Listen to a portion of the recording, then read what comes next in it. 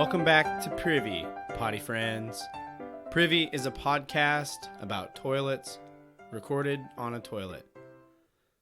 I'm your host from the hot seat, Hunter Hoover. And man, I love toilets. I had Taco Bell this week, so you know I visited the throne this week having Taco Bell. Also, since I last chatted with y'all, have had that second dose of the super juice. Got my second COVID vaccine. So, all I can say is the second one hits a little different than the first. And that's what you need to know. Looking forward to stuff opening back up, getting back out there and doing some things. Also, here at the top, I want to say it's been cool to hear from some of you. Yeah, heard from some folks up in British Columbia who are planting trees, and he shared some pictures about how they're sharing positivity via some message left in the outhouse in the privy. So that's cool, awesome, glad to see those things. Also heard from a listener who has used a pay toilet. They used it on a Greyhound bus station years ago, which is also very, very cool. So would love to continue to hear from you guys. We'll shout that out at the end here. But yeah, life is good, and it's almost spring, which is great. This week on Privy, urine for a history lesson. Urine. Because we're going to talk about urine. And I will note that in today's times, we really have two uses for urine. We flush it and we take medical tests. And I've only had the astute pleasure of actually being tested, having a pee test once in my life. And you know what's interesting is I work with teenagers. That's my job. And I was not pee tested for working with teenagers. I was actually pee tested to sell underwear at an underwear retail store. And so that was when I peed in a cup. Not working with teenagers, selling underwear. So yeah, I'm certified. Makes sense to me. Urine nowadays is used to test a number of different things. You can check for, as the employer is trying to do, drug abuse and drug use. Medical urinalysis, which is the science speak for testing pee, can find a number of things in urine. And it's kind of like a Where's Waldo, but instead of a field of funnily dressed people, it's your pee stream. And a number of those things that you can find include glucose, protein, bilirubin, which, nope, don't know what that is, red blood cells, white blood cells, crystals, which I hope those are small, because if you've got crystals in your pee, you're going to have some issues with streaming that. Anyway, and other bacteria. And the amount of those things in your pee often indicates your body's response to something that is then producing those things. Something is wrong with your kidneys or with your urinary tract. And so when they look at your pee, they can tell kind of what's going on with the other parts of your body. That's the idea here. So after being tested, your urine is usually disposed of. But that is nowadays. Sometimes it's used for research, but not usually, maybe not as often as we would think. But in days of old, when urine wasn't really being tested for medical or drug indicators, it was being used for other stuff. Now, another thing that you can do with urine nowadays that they did with urine back then, and it's actually going to play a role in some of these things that we're going to talk about, but you can make an electrical current using urine. However, I would argue that this is probably not the most cost-effective or sanitary effective method for creating a stream of electricity. I almost said stream of urine, but that's not right. So, today on Privy, we're looking at the historical uses of urine. That not sweet, that's weird. That golden stream that we all know and some of us maybe love, but probably not so much. In history, urine had so many uses that it was actually considered valuable. And they would even use it in trade. It could be sold and had a high enough value that if you wanted to trade in it in ancient Rome, man, I promise we go back to ancient Rome and here we are. If you sold it, like if you wanted to collect, if old Dougie's going down to the potties with his jar or his clay pot to collect Phil and Dougie 2's pee-pee, he had to pay a tax if he wanted to sell it. Like there was enough money to be made and there was enough people doing this that they actually taxed the sale of urine, which is absolutely wild. In olden times, sheep who got sick to the tum-tum, that is, they got a tummy ache, were given stale human urine to drink. Now, that seems whack, but it's not as whack as having those sheep and other, I would assume, other animals snort human urine up their nose to help treat lung problems. Now, that's cruel. And where this bit comes from Mental Floss, they also note that bees were cured with human urine, but search me on how bees were cured from human urine or from what? Like, what are bees got going on that human urine solves a problem for them? If you've figured that out, shout at me, let me know. But yeah, it's the idea that you would take a sheep and forcibly make it snort human urine in order to treat like respiratory problems is just a wild thing to me. It was also believed by the people in Rome, as noted by Columella, that stale urine would make specifically pomegranates juicier and tastier.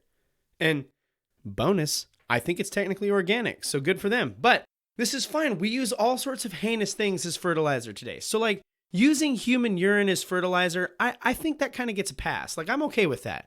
That's not like the most whack thing that's going to go down in history. And it's definitely not the most whack thing that you're going to hear on this podcast today. I'll guarantee you that. So, Pliny the Elder. Now, anytime anybody ever introduces a sentence with, well, Pliny the Elder, just know that the things that are going to follow the name Pliny the Elder are probably, one, the poorest medical advice that you could ever give anyone ever, and two, some of the most whack garbage you've ever heard in your life. So, Pliny the Elder, who is essentially noted, again, for his very whack home medical remedies, believed urine could treat sores, burns, butt problems, chapped skin, and bug stings and bites.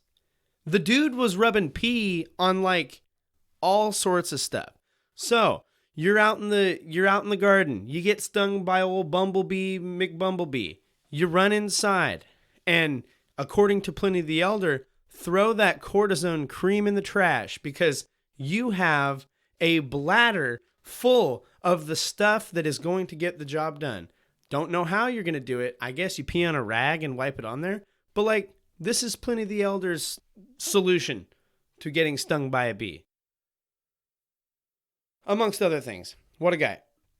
So, with all of these things in mind, they have all of these uses and remedies and ways that they would use human urine, specifically like somewhat stale human urine. Dave sets up shop at the public restrooms. He's got his jars and he's getting a collection of urine. And he's the weird like pee guy who's got the weird smelling jars. Like that has to be who he is. And at some point, Davo has to get down below deck, if you will, to put the jugs and jars into, for lack of a better word, the splash zone. And if you're going down there to put the jars and whatnot down there, you know you're going to get into some filthy business on your own self. You're nasty, Dave. You are nasty Dave. But remember, there's money in pee.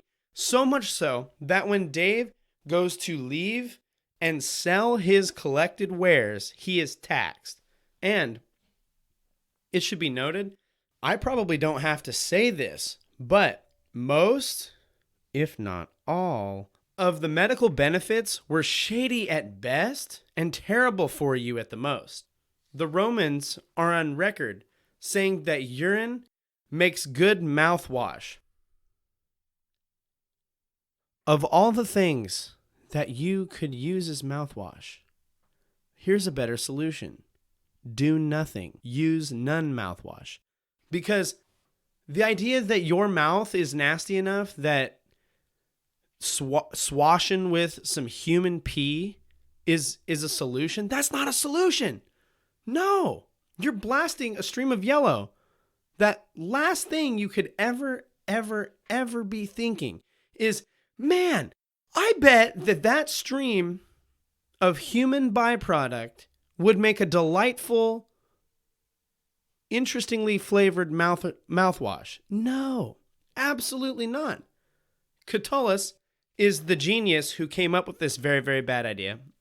And the sad thing is that in the area of like killing some bacteria, it likely worked well due to the levels of ammonia in urine.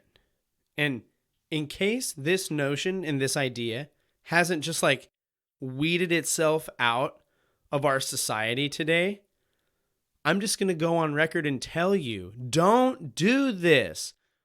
You can get a cheap bottle of like off-brand Listerine for probably $1 or just a little more. If you really got to be doing mouthwash, this is not an option. So don't do it. There are so many other better options that smell and taste like mint or cinnamon or whatnot, and not like human musk. So don't do it. It's an incredibly bad idea. Catullum was here today, I'd tell him that. I'd say, hey, you know what? Let me introduce you to my friend Listerine. Like, you don't need to be doing this, bud. It's no good. Absolutely foul. Like, how bad does your breath have to be? And how brown do your teeth have to be? And how abysmal does the dental scene in the world that you live in need to be to stop using urine as a mouthwash? You're stooping to that level. Thank God for how far we've come. The next time you're peeing, and the next time especially that you're peeing within vicinity of like maybe the tooth care instruments that you have access to today, I just want you to be thankful, okay? Just be thankful that you're not doing this. Folks in history also found the ammonia in urine could clean and lift stains from more than just your teeth, or it's probably likely that they found the others first and the teeth thing followed, but whatever. And the Romans, it would be common to find pots to piss in, where the owner of the pot would then take that pot to do their laundry. Now, so you have like the communal wee pot, and you stick it out, and everybody wee-wees, and they do that, and then you take that home, and you think, you know what I'm going to do now? I'm going to do some laundry with this human waste. Big-scale launderers in Rome, called Phalonica, would dilute the pee with water, dump them over the clothes, and then a worker, and I'm assuming we can call them Short Straw Sharon, because you know the dude who pulled the long straw ain't doing this job, would have to stand in a vat of human wet and stomp on the laundry to help get it clean.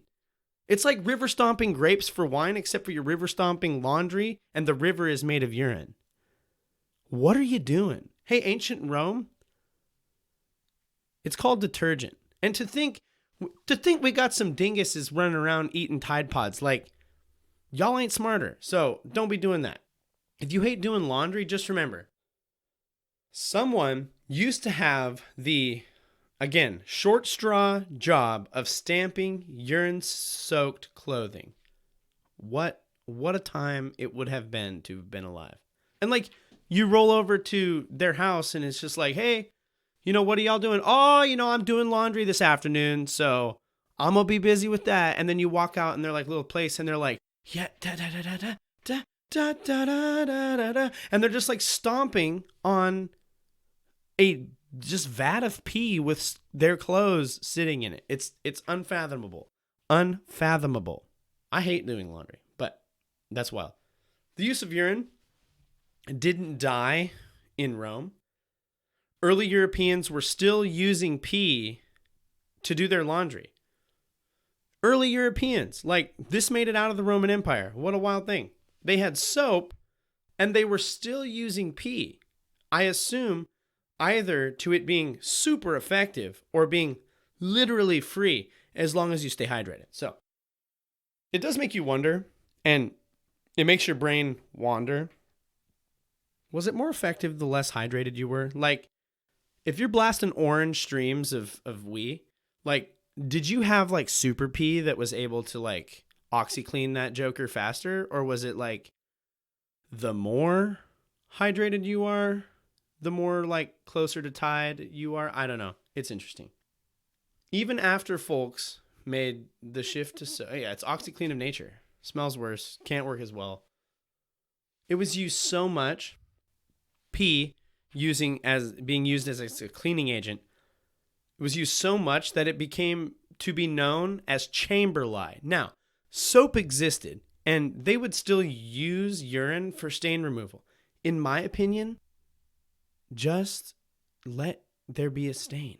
Like, something can be clean and have a stain on it. Like, stains do not mean something is not clean. If I, like, big city barbecue my white t-shirt and everything is done to clean that shirt and remove that stain, like, even if it's washed and it still has a little bit of a spot on it, it's still clean. Like, peeing on it then is not the solution, I think, to making it more clean. And I know they washed it after soaking it and removing the urine stain. I understand that, but it's just a wild thought. Like, it's counterintuitive. So now, if you didn't think we were there already, we're going to get into what I would call spooky territory. Apparently, there is a cleaning molecule, or something called a mordant. And this compound is a dye fixative and helps colors better adhere to and pop on fabrics. So, if you want like clothes that are like bright and shiny and have super colors, you would use these molecules to help them better adhere. You get more washes. They don't wear down as often, that type of thing. So urine is truly the OxyClean of nature in that it removes stains, but it can also make the colors of your clothes pop. What a world. Nowadays, they use something called Direx to get colors to stick. But this isn't detergent day. This is urine day. So it should be noted, they're just not peeing on their clothes to hold the color. The mordant works best with stale urine. So you pee and then you diligently take that pee that you have excreted and you store it and let it sit and let it get stagnant. And then you use it for cleaning and making your colors look beautiful in your clothes. Like, you know, like Chucky B rolls out with his Led Zeppelin t-shirt and he's like, da-na-na-na-na-na-na. And he's just jamming and he's like, man, I got this shirt in the 70s at the concert.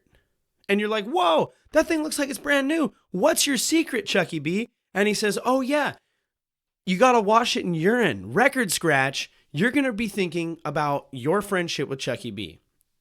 Just saying. As the industry started to boom, this much cheaper alternative was used by 16th century English textiles. Now, we are within 500 years of when this was used. That's crazy. English textiles would use this to get the color to stick, to store it, and this is where, okay, to store the amount of urine that they needed. Remember, these are big textile industries.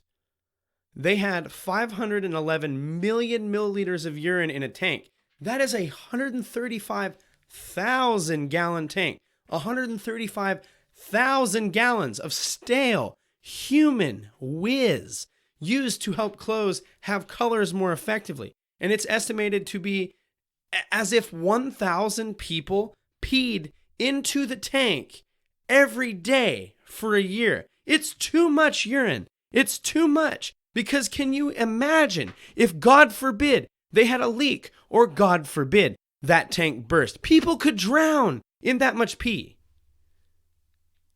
It's insane.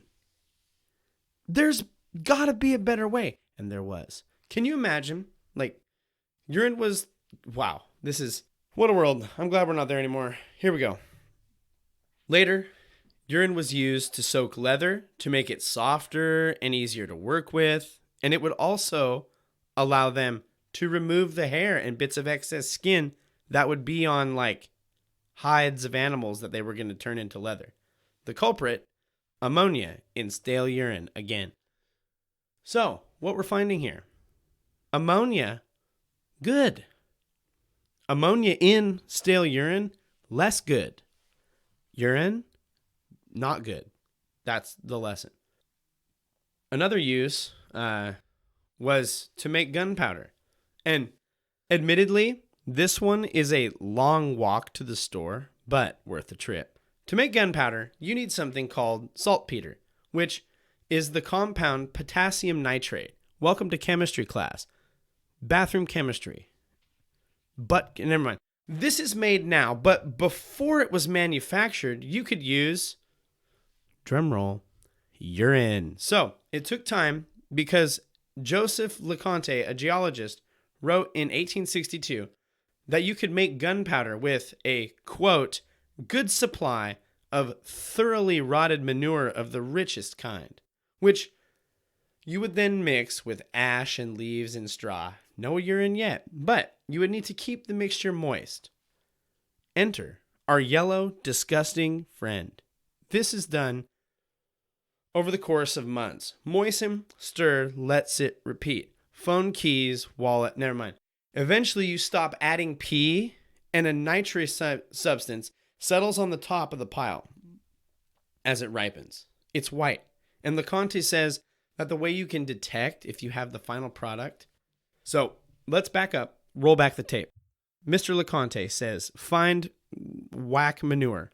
Now add materials, ash, leaves, whatever. Mix it up. You've made a slurry. Now you're going to pee on it. Now you're going to keep doing that and keep mixing and just keep doing that for about a month or so. And then, in case you do all that process and you're not sure if you did it right, LeConte's got the final say. This is how you're going to double check. Like in math, you check your work. In LeConte's gunpowder, you check your work. And the way you do it, you taste that joker. You get down there and you just get your tongue out and you're just like the dude from Rudolph who's just like licking his pickaxe and on it. That's LeConte and his nasty pea slurry gunpowder mix. Why would you? Bro, you took feces, poop. You mixed it with crap you found lying around. Kept it moist with your urine for months. And you decide that the only way to make sure that it's right is to taste it? That's a sick geologist, man. That's whack. You don't do that. There are records of people using stale urine to treat diaper rash. That can't work. That's counterintuitive. You get diaper rash from pee and other poo-poo being in your pants and touching your skin. How is putting more pee on the skin going to help the diaper rash? It doesn't make sense. So, moving into France, French surgeon Ambrose Paré, probably said that name wrong. I'm not a Frenchman. He notes, thank goodness that he notes this. If he didn't note it, we wouldn't know it.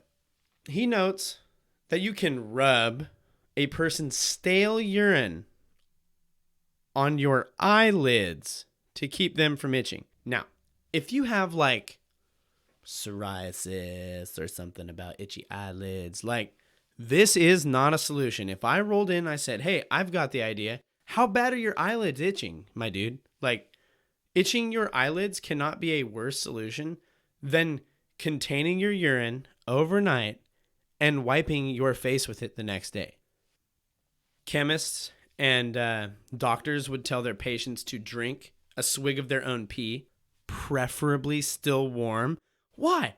Because health benefits. Like, that's the same reason we take vitamins, because of health benefits.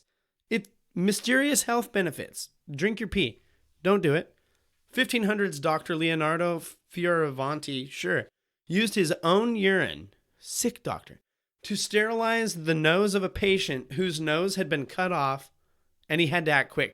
Dude rolls in with no nose on his face. He's like, time to sterilize. Whips out hog sprays. That's whack. Nuh-uh. Later, it was recommended that battle wounds be peed on in the moment to help fight infection. It's a sad thought to think how many folks may have gained infection just from that. I don't know. Maybe it wouldn't have. Maybe it is sterile enough. It seems unlikely. In the 1600s, they believed urine could ward off the plague. All right. I guess you pee around your house and around your bed. And I think one thing we learn from many of these medical and urine uses over time is it became an emergency measure. It might work some. And when you're desperate, you'll try anything. Urine kept some soldiers alive in World War I as they would pee on a rag or a cloth and use the urine-soaked rag as a gas mask to ward off against the gas warfare. Nowadays, it is used mostly in urine tests. Urine tests go back to ancient Babylonia and Sumeria, where they looked at urine to try to determine possible problems of the patient. So even this is grounded in the history of urine. Hippocrates, who is called the father of Western medicine, said that no other system provides more information about the human body and what's going on in it than the urinary tract system. And though not all things can be determined from urine today, in medieval medicine, they believed you could get to the bottom of most problems in people by observing their pee. And with these things in mind, one wonders if studying urine to find the problems led to so many thinking that urine could be a treatment. Unless we look at all this and think, man, how could they think that? It's believed, and falsely so, that peeing on your feet can fight athlete's foot. I for sure did this.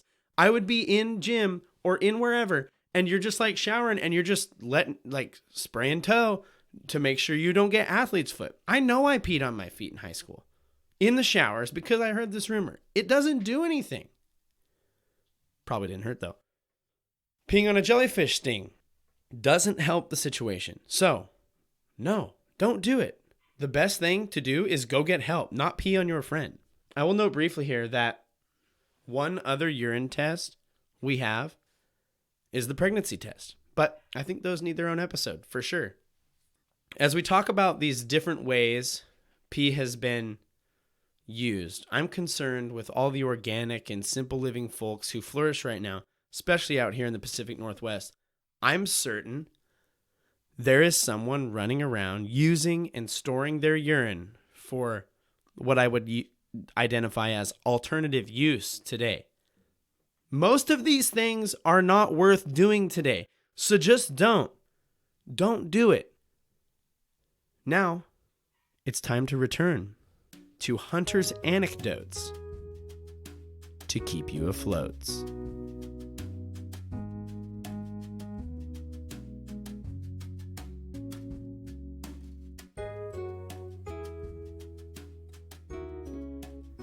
This anecdote comes from what I remember to be the winter of sometime between 2008 and 2010. We were out on a youth trip, and we had gone to some person's property, and we were having like a winter fire pit. So, I mean, it's Montana, things are cold, but there's this like big bonfire in the middle, and so everybody's staying warm around the fire. And I remember like we were all like walking around, and they had this shed, and the shed was kind of like icy on the side, and there's snow. And I remember we go behind the shed, and somebody was like, hey, we should see how high we can pee. And so, you know, somebody goes behind the shed and they pee, and then they come back, and then another guy goes around the shed. And I remember my homie, and I don't have permission to use his name, but Prospector Chiggins, he goes back behind the shed, and the dude comes out, and I remember us all just being like, what in the heck? Because we go back there, and the pee stream was like, I mean, at the time we were probably, like 5 foot tall. This pee stream was well over like 6 foot. It was above all of our heads. And we're all standing there like, dude, like, what did you climb on? Like, how did you rig this up to pee this high? And then he kind of like, yeah, you know. And I remember him explaining to us, like, it's kind of like a fire hose. Like, you pinch it, and then when you feel the pressure build up, you just let it go, whoa, and it just shoots way up there. And first of all, here's what I'll say. Don't do that. Like, I mean, do it. It's your body, your thing. But it doesn't feel good. Like, when you pinch the pee stream, it doesn't feel great. It's probably bad for you, whatever. But we were all just baffled and impressed by the just pure height of this wee stream. And it was glorious. It was unmatched by any pee stream I had ever seen in my entire life. Also, I distinctly remember in high school, like, we would walk down the road, and I remember my homie was like, hey, dude, check us out. I don't have to stop. I can just walk and pee. And he's like walking backwards, and he's like peeing, but his like dinghy is like swinging around, and it's like peeing in this erratic like pattern. And it's like, dude, you're going to for sure slop whiz on your leg. Like, it's just stop and go use the bush, and then we'll keep walking. You know what I'm saying? But this is Hunter's Anecdotes to keep you afloat.